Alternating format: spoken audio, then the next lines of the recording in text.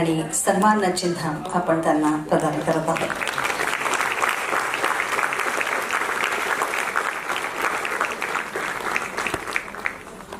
पूर्वी लता दीदी, आशाताई, सुलोचना दीदी, खय्यामजी, जावेद अख्तर, हरिप्रसादजी, झाकीर हुसेन अशा रसिकांच्या आणि प्रेक्षकांच्या हृदयावर स्थान निर्माण करणाऱ्या व्यक्तींना हृदयनाथ अवॉर्डने सन्मानित केलेलं आहे. आज पद्मविभूषण डॉक्टर अनिल काकोडकर यांना सन्मानाने प्रदान करताना आम्हा सगळ्यांनाच अभिमान वाटत आहे. रुपये 1 लाख.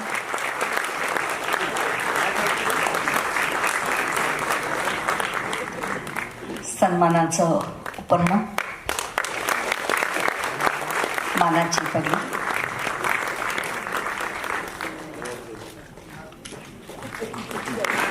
आणि सन्मान चिन्ह.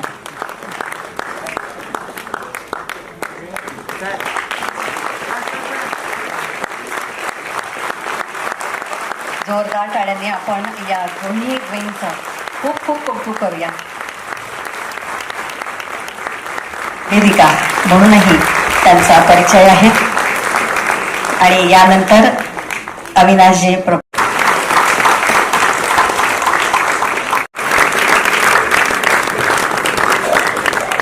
यानंतर त्यांना शुभेच्छा देत आहेत आणि डॉक्टर अनिल काकोडकर यांनाही. मान्यवर रंगमंच, सर्व मान्यवर आहेत. या सर्व मान्यवरांमध्ये मी बसलोय मध्ये ही फक्त दिदीची कृपा आहे आणि काही नाही.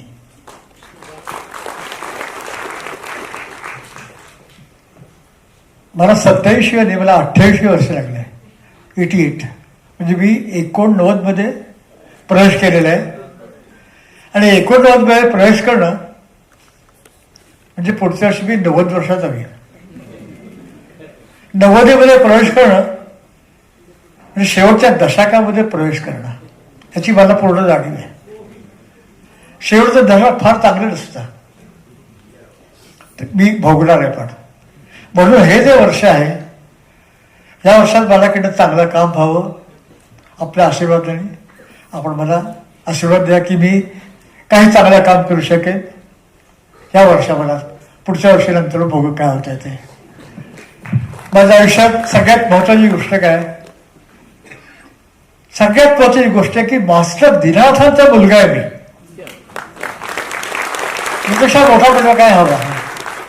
लता मंगेशकरचा भाऊ आहे मी. याच्यापेक्षा आणि मला मोठे मोठा काही नको. ज्ञानेश्वराची एक ओळी सांगतो आपल्याला की बाप रखुबा देवी वरू सहज नीटू झाला. हे सहज नीट होणं फार अवघड असतं. कलाकार ज्यावेळेला स्वरांजली बांधायला बसतो तर तो कारागिरी करतो, पण जी कलाकृती सहज निर्माण होते त्यातनं अतिशय उत्तम गाणं असं निर्माण होतं. तर ज्ञानेश्वर म्हणतं की सहज माझं आयुष्य सहज गेलं आतापर्यंत, हे फक्त माझी दिदी हिच्यामुळे आणि काही नाही. मला खूप बोलायचं आहे पण आता नाही, मध्यंतरानंतर. कारण हा कार्यक्रम जरा लांबला. मध्यंतरात मी आणि दिदी किंवा दिदी आणि मी असा माझा कार्यक्रम आहे. त्यात मी दिदीच्या आठवणी जागवणार आहे आणि दिदीची गाणी पण त्याच्याबरोबर असतील. आज एकाच गोष्टीचा खंत आहे की जर दिदी इथं असती तर तिला फार आनंद झाला असता. मीरा तिला फार आनंद झालाय, उषा तिला आनंद झालाय. कारण त्यावेळेला दोन्ही मोठे बहिणी आहेत. आम्ही सगळे मंगेशकर 90च्या पार आहोत. ही पण ईश्वराची कृपा आहे. पण सर्व आता त्या विंगमध्ये जायले याची आम्हाला पूर्ण जाणीव आहे. आपण आम्हाला आशीर्वाद द्या. माझ्या नावाचा पुरस्कार इतक्या मोठ्या व्यक्तीला मिळाला, हा त्यांचा सत्कार नाही, हा माझा सत्कार आहे. या रंगमंचावरती मला आमदारांनी आठवण करून दिली की मी इथं रात्री 10ला गायला बसायचा आणि सकाळी 7 किंवा 8ला कार्यक्रम संपायचा. फक्त एक तबल्यावाला मी असायचा आणि लोक 8-9 तास गाणं ऐकत असायचे आणि मी गाऊ शकत होतो. आता मी गाऊ शकत नाही पण बोलू शकतो. त्यामुळं मध्यंतरानंतर आपण थांबा. दिदीच्या काही हृदय आठवण मी आपल्याला सांगेन, ती गाणी आपल्याला सांगेन. पार्लेकरांना मी ओळखू नये आणि पार्लेकर मला ओळखू नये. त्यामुळे आपण इथं थांबायची एवढा पूर्ण खात्री. आपण इथं प्रेमाने आलात, मी आपले आभार मानतो. सगळ्यात जास्त आभार मानतो माझे सण मित्र प्रभावकरजी, जे माझा नेहमी वाढदिवस साजरा करतात. यावेळी पण त्यांनी फार मोठ्या प्रमाणात वाढदिवस साजरा केला. मी त्याचे मनपूर्वक आभार मानतो. आपणा सर्वांचे आभार मानतो. धन्यवाद. खरं म्हणजे जेव्हा मला हे सांगण्यात आलं की हा पुरस्कार मला देण्याचं योजलेलं आहे आणि मग या आधीच्या पुरस्कारांची जी यादी वाचली तर तेव्हा माझ्या मनात एक मोठा प्रश्न उभा राहिला आणि तो प्रश्न अजूनही अनुत्तरित आहे की मी याच्यात कुठे बसतो. कारण ती यादी एवढ्या मोठ्या मोठ्या मंडळींची आहे आणि त्यांची क्षेत्र आणि माझं क्षेत्र हे एवढं भिन्न आहे. या सर्व लोकांनी जनमानसावर आपल्या कलेने, आपल्या खेळाने, आपल्या कर्तृत्वाने एक प्रचंड पगडा बसवलेला आहे. आज पंडितजीच्या 91व्या वाढदिवसानिमित्त लतादिदी जन्मदिन प्रतिष्ठान स्थापनेचं अविरत कार्य चालण्यासाठी स्थापनेचा प्रयत्न मंगेशकरांच्या नेतृत्वाखाली होत आहे. त्यासाठी श्री स्वामी समर्थ अन्नछत्र मंडळाकडून रुपये 25 लाखाची देणगी मी जाहीर करत आहे आणि माझे वैयक्तिक श्री अमोलराजे जन्मेंद्रराजे भोसले यांच्याकडून मी 11 लाखाची देणगी जाहीर करत आहे. मंचावर उपस्थित सर्व मान्यवर, मंगेशकरजी, खांडेकरजी, खाडीलकरजी, काकोडकरजी आणि आयोजक प्रभावळकरजी आणि अळवणीजी, भोसलेजी आणि शेलार म्हणून मी आहे. सर्वात प्रथम तर पंडित हृदयनाथ मंगेशकरजींना माझ्याकडून आणि महाराष्ट्र सरकारच्या वतीने वाढदिवसाच्या खूप खूप शुभेच्छा देतो आणि आपला 100वा कार्यक्रम सुद्धा वाढदिवसाचा इथेच व्हावा आणि त्यात तुम्ही आम्हाला बोलवावं अशी अपेक्षा व्यक्त करतो. आपण सगळेच जण सौभाग्यशाली आहोत की आज या मंचावर असे दोन, खरं तर सर्वच, पण विशेषतः पंडित हृदयनाथ मंगेशकरजी, अनिल काकोडकरजी, उषाताई, मीनाताई या सगळ्यांसोबत आपण या वातावरणात, या सभागृहात एकत्रित आहोत. या सगळ्यांचं कार्य इतकं मोठं आहे, कदाचित 3 तासाचा सांस्कृतिक कार्यक्रम करण्याऐवजी प्रत्येकावर 3-3 दिवस बोलता येईल इतकं कार्य या सगळ्यांनी केलेलं आहे. वाढदिवसाच्या शुभेच्छा देताना बऱ्याचदा मोठी लोक जी असतात ही आपला वाढदिवस आपल्या परिवाराबरोबर, आपल्या सगळ्या सेवरांबरोबर नाहीतर बगल बच्चांबरोबर करतात. पण हृदयनाथजींनी सुद्धा आजचा वाढदिवस साजरा करताना किंवा हृदय शाटचे प्रभावळकरजी यांनी त्याचं नियोजन करताना यात मुद्दामून प्रयत्न हा केला की समाजातील नाही तर देशातील अग्रणी आणि ज्येष्ठ शास्त्रज्ञ म्हणून ज्यांनी काम केलंय त्या काकोडकरांच्या कामाला पुन्हा एकदा अभिनंदन करण्याची संधी म्हणून आजचा कार्यक्रम त्यांनी आयोजित केलेला आहे. मला वाटतं या कार्यक्रमाचं आयोजन हेच आपल्याला सगळ्यांना आनंददायी आहे. तसं बघितलं तर काकोडकरजी आणि मंगेशकरजी यांच्या कामातली समानता मला दिसते.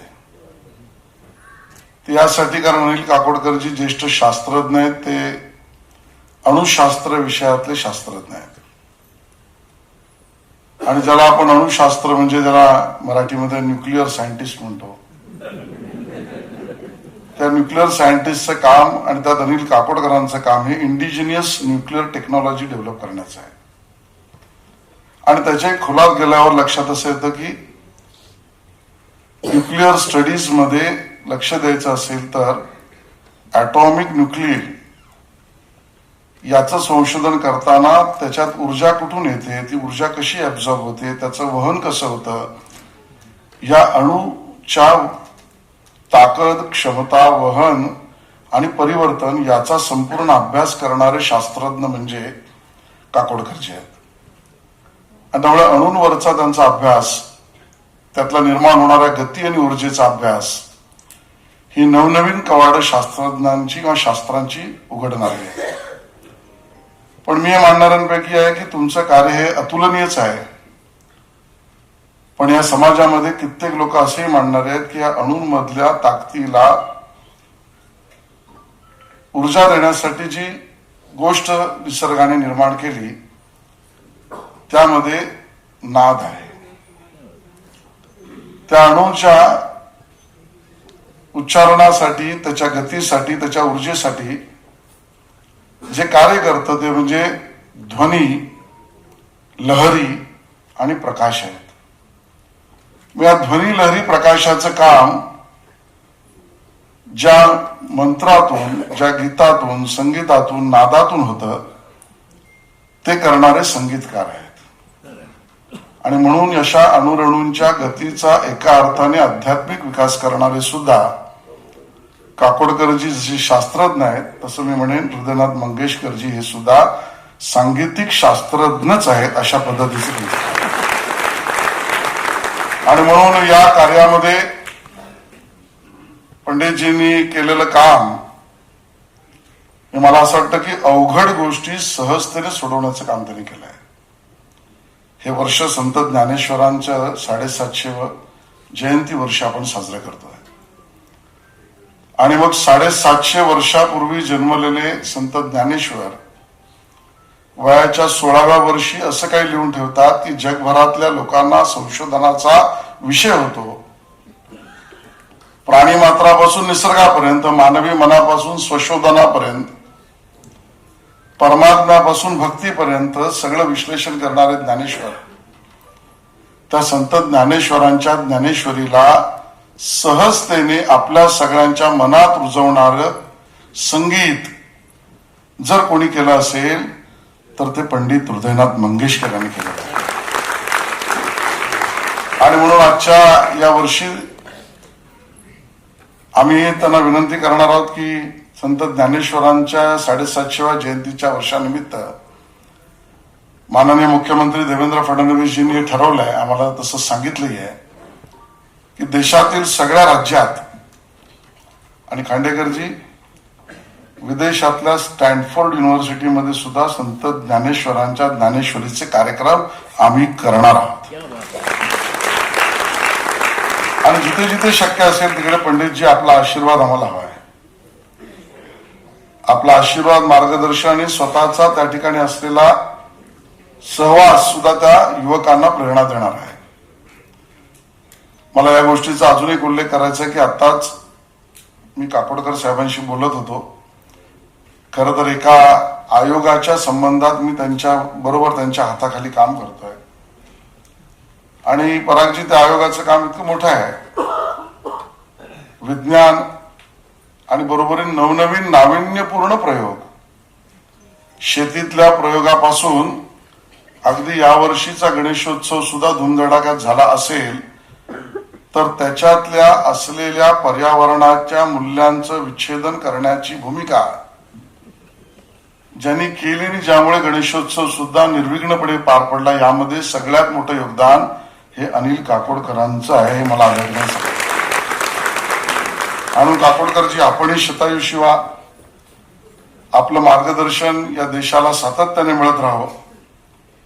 आणि हृदयनाथजी, आपल्या गीत संगीत नादब्रह्माने आपल्यापर्यंत या अणुरेणूंच्या लहरी अशा पोचो की आपल्या सगळ्यांच्या आयुष्यात अनुभूती, सुख, शांती, समाधानाची मिळो, एवढ्याच शुभेच्छा देतो. ही दोन माणसं अशी आहेत की अनिल काकोडकरांनी एक भारतीय म्हणून आपली मान अभिमानानं ताठ करण्याचं बळ आपल्याला दिलं. त्यांनी ज्या पद्धतीनं देशाची अण्वस्त्र सज्जता अणुक्षमता दाखवली जगाला, त्यामुळं त्यांच्यामुळं प्रत्येक भारतीयाची मान अभिमानानं ताठ झाली. आणि पंडितजी त्यांचं काम असं आहे की कितीही मरगळलेलं मन असेल तर त्या मनाला उभारी देण्याचं काम गेली जवळपास 70 वर्ष सातत्यानं ते करतायत. आणि आपल्या मनाशी संबंधित अशा दोन वेगळ्या पद्धतीनं आपल्या मनाला उभारी देणाऱ्या या दोन मान्यवरांचा आज एकत्रितपणानं आज इथं सत्कार होतोय. पंडितजी आपल्याला खूप शुभेच्छा.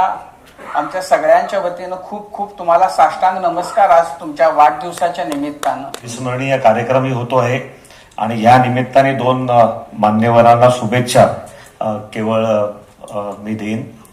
आणि पंडितजी आपल्याला 88व्या वाढदिवसाच्या निमित्ताने तर मनपूर्वक शुभेच्छा देतोच. मगाशी उल्लेख झाला की आजचा कार्यक्रम सुद्धा हाऊसफुल आहे, पण मला आठवत आहे की आमच्या कॉलेज जीवनापासून 31 डिसेंबर तर आपल्या नावाने फुल नाईट, या ठिकाणी हाऊसफुल असे प्रयोग वर्षानुवर्ष आम्ही पाहिलेले आहेत. आणि त्यामुळे आमच्या आयुष्याच्या प्रत्येक टप्प्यावर अत्यंत महत्वाचं असं आमचं जीवन समृद्ध करण्याचं काम पंडितजी आपण केलेलं आहे. आपल्याला शुभेच्छाही देतो. आणि आशिषजीने सांगितल्याप्रमाणे आपला 100व्या वाढदिवसाच्या कार्यक्रमात मी स्टेजवर नसलो तरी समोर तर नक्की येईनच, हे सुद्धा या ठिकाणी बुकिंग करून ठेवतो. गेल्या काही वर्षात भारतरत्न लता दिदी यांचा जन्मदिन दिनांक 28 सप्टेंबर रोजी पुण्यात एक संगीतमय कार्यक्रम आयोजित केला जातो. या कार्यक्रमात पंडित हृदयनाथजी नवोदित तरुण गायक कलाकाराला सन्मानित करतात. हा कार्यक्रम अतिशय लोकप्रिय आहे व तो 2 सत्रात सादर करण्यात येतो.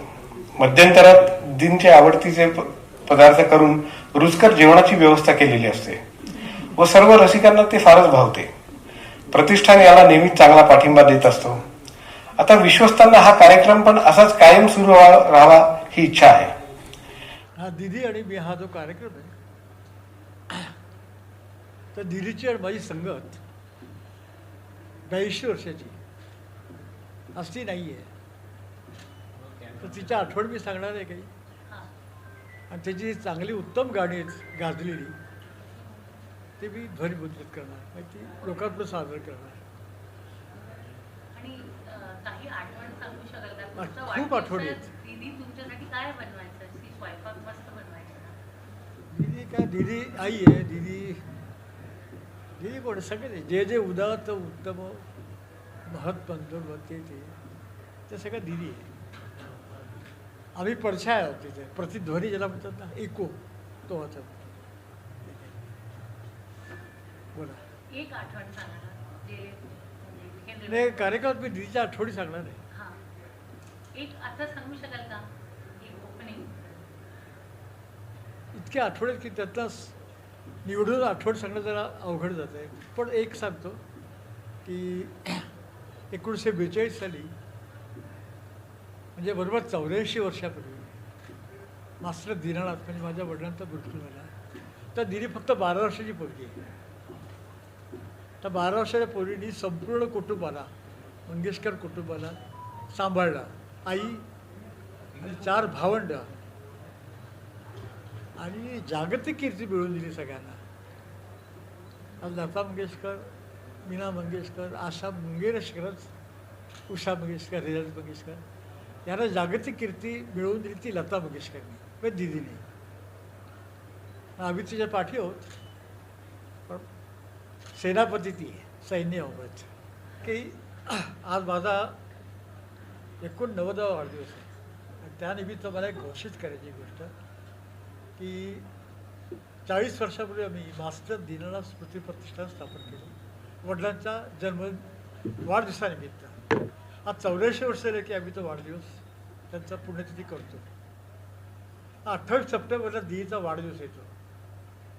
तर गेली 7 वर्ष आम्ही तो वाढदिवस करत आहोत. यापुढं तो व्हावा, तो भव्य प्रमाणात व्हावा, मोठ्या प्रमाणात व्हावा म्हणून आम्ही प्रतिष्ठान स्थापन करतो, दत्ता जन्मदिन प्रतिष्ठान. फक्त 28 तारखेला कार्यक्रम होईल. एक नवोदित कलाकाराला 1,00,000 रुपये आणि पारितोषिक देण्यात येईल. त्याचे ट्रस्टी येणार आहेत, त्याचे नावं स्टेजवरती घोषित करू. या मोठ्या लोकांचा आशीर्वाद आहे, यांच्या आशीर्वादाने तो ट्रस्ट चांगला चालेल, हीच गोष्ट मला इथं सांगायची होती. आशिष आपको कैसे लग रहा है? मला याचा खूप आनंद आहे की आज स्वतः व्यक्तिगतरित्या पंडित हृदयनाथ मंगेशकरजी यांना वाढदिवसाच्या शुभेच्छा देण्याची संधी मिळाली. त्यांचा 89वा वाढदिवस आहे. त्यांचा 100वा वाढदिवससुद्धा साजरा करताना मला यायला आवडेल, मी येईन. त्यांनी केलेलं कार्य, त्यांची संगीताची सेवा आणि अवघड गोष्टी सहजतेने संगीतातून मांडण्याची त्यांची हातोटी ही विलक्षण आहे. आज स्वतः त्यांच्या वाढदिवसाच्या निमित्ताने कार्यक्रम करताना पुन्हा समाजाला काहीतरी दिलं पाहिजे, नवोदित कलाकारांसाठी उभं राहिलं पाहिजे, या भावनेने त्यांनी आज जी घोषणा केली ती समर्थनीय, प्रशंसनीय आहे. महाराष्ट्र सरकारच्या वतीने मी त्यांना शुभेच्छा देतोय. आज सुद्धा ज्यांना अवॉर्ड देत आहेत ते आमचे ज्येष्ठ शास्त्रज्ञ काकोडकरजी. हे केवळ महाराष्ट्राचे नाही तर देशाचा अभिमान आहे आणि त्यामुळे त्यांना सुद्धा आज गौरवान्वित करण्यात येत आहे. आणि पंडित हृदयनाथ मंगेशकरजींनी आणि त्यांच्या सगळ्या सहकाऱ्यांनी जी निवड केली आहे त्यातनं उद्याच्या होणाऱ्या विकासाची द्वारं खोलणाऱ्या तंत्रज्ञान आणि ज्ञानाची कास धरणाऱ्या काकोडकरजींना आपण ते देतो आहोत. त्याबद्दल त्यांचे मी अभिनंदन करतो. आठवण सांगू शकाल का? बाबांनी पण सांगितलं. अशा आठवणी ज्या आहेत त्या कधी कधी पुन्हा एकदा त्या दिदी समोर बसल्या आहेत की काय अशा वाटाव्या आठवणी आहेत. मला मुद्दामून एका गोष्टीचा उल्लेख करायचा आहे. दुर्मिळ क्रिकेटमधल्या फोटोंचं एक पुस्तक, चित्रपुस्तक ज्याला आपण म्हणू, हे आमचे छायाचित्रकार बने यांच्या पुढाकाराने, आणि त्याला मी मुंबई क्रिकेट असोसिएशनमध्ये त्यानंतर BCCIमध्ये असल्यामुळे त्यांना थोडा हातभार मी लावला होता आणि असं ठरलं ते पुस्तक जेव्हा पूर्ण झालं, आजही ते पुस्तक माझं मत आहे की अतिशय सुंदर झालेलं पुस्तक आहे. विविध क्रिकेटमधल्या खेळाडूंच्या शैली, क्रीडांगणातले प्रसंग, मैदानातल्या घडामोडी याला छायाचित्रण केलेलं आहे आणि ते पुस्तक दिदींच्या हस्ते प्रकाशित करावं ठरलं. आणि आपल्या निवासस्थानीच खाली असलेल्या छोट्या हॉलमध्ये ज्यावेळेला ते प्रकाशित करण्याचा कार्यक्रम ठरला, मी अचंबित झालो. दिदींचं क्रिकेटवरचं प्रेम, क्रिकेट आणि क्रिकेट प्लेयरबद्दलची असलेली माहिती, नावासहित त्यांच्या असलेल्या शैली, या सगळ्यावर त्यांच्याशी गप्पा मारताना मला असं वाटलं की स्वर सम्राज्ञींशी मी बोलतोय का क्रीडा समीक्षकाशी बोलतोय.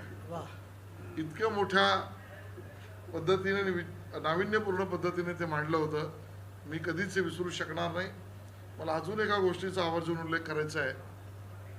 आमचे नेते आणि आताचे गृहमंत्री अमित शहाजी ज्या वेळेला दिदींना भेटायला घरी आम्ही आलो होतो आणि अमित शहाजी, मी, देवेंद्र फडणवीस आम्ही सगळेच होतो आणि अमित शहाजींनी त्यांच्यामध्ये जुने गीतकार, जुने कवी, गझलाकार, शायर या विषयावर जी चर्चा झाली त्यामध्ये राजा हिंदुस्थानी पासून नौशाद अली साहेबांपासून जे आत्ताच्या संगीतकारापर्यंत या विषयातल्या बारकाईची मांडणी, ती सुद्धा नम्रतेने, कोणालाही कमी न लेखता, या सगळ्या गोष्टी मी लिहून ठेवल्या आहेत.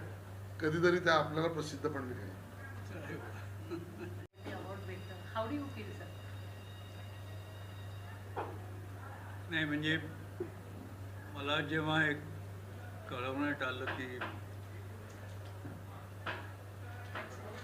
पंडितजींच्या नावाचा पुरस्कार आज इथे मला मिळणार आहे, अर्थात खूप आनंद झाला, पण मी थोडा संभ्रमात सुद्धा पडलो की याच्या आधी जे पुरस्कारार्थी आहेत त्यांची जर यादी बघितली तर मी त्याच्यात कुठे बसतो की नाही बसत, आणि ती शंका मला अजून पण आहे. सांगायचा मुद्दा असा की हा एवढा मोठा सन्मान आहे आणि आज स्वतः पंडितजींच्या हस्ते तो मला मिळणार आहे, त्याच्यापेक्षा जास्त बहुमानाला काय म्हणायचं. Words to say. Thank you so much sir. Shri Swami Samarth. आज पंडितजी आमचे आदरणीय लता दिदी यांचे लहान बंधू म्हणजे सर्वस्व त्यांचे लाडके असे बाळ पंडितजीचा 90वा वाढदिवस आहे. त्यानिमित्त 89 वर्षात ते पदार्पण करीत आहे. आम्ही त्यासाठी खास अक्कलकोटावरनं आलेलं आहे आणि त्यांचा आशीर्वाद आमच्यावर अन्नछत्रावर स्वामी समर्थानंतर मंगेशकर कुटुंबियाचा आशीर्वाद अन्नछत्रावर अतिशय लाभलेला आहे. आमच्यावर सुद्धा आमचं भाग्य समजतो. काय तर मागच्या जन्मीचं आम्ही पुण्य केलं म्हणून मंगेशकर कुटुंबियाचं आम्हाला सानिध्य, आशीर्वाद, प्रेम मिळत आहे. आणि पण या शुभमुहूर्तावर मी एक घोषणा करावं म्हणतो. आता पंडितजींना कितपत पंडितजींची साथ मिळेल ते आपण लता दिदींच्या नावाने जन्मदिनी दिवशी एक प्रतिष्ठान स्थापन करावं म्हणतो, लता दिदी जन्मदिन प्रतिष्ठान. त्यासाठी आम्ही अन्नछत्रातर्फे भरीव आमचं सहकार्य राहणार आहे. माझं वैयक्तिक अमोलराजे भोसले यांच्यातर्फे सहकार्य लाभणार आहे आणि आपले सर्व इतरांचंही लता दिदीवर प्रेम करणारे असंख्य रसिक श्रोत्यांचं, त्यांना मानणाऱ्या लोकांचंही हे मिळणार आहे. तरी त्या दिवशी या करावी पंडितजींनी त्याबद्दल घोषणा करून आम्हाला सुद्धा सेवेची संधी द्यावी अन्नछत्रावर, हीच या शुभप्रसंगी प्रार्थना करतो. जय हिंद, जय महाराष्ट्र.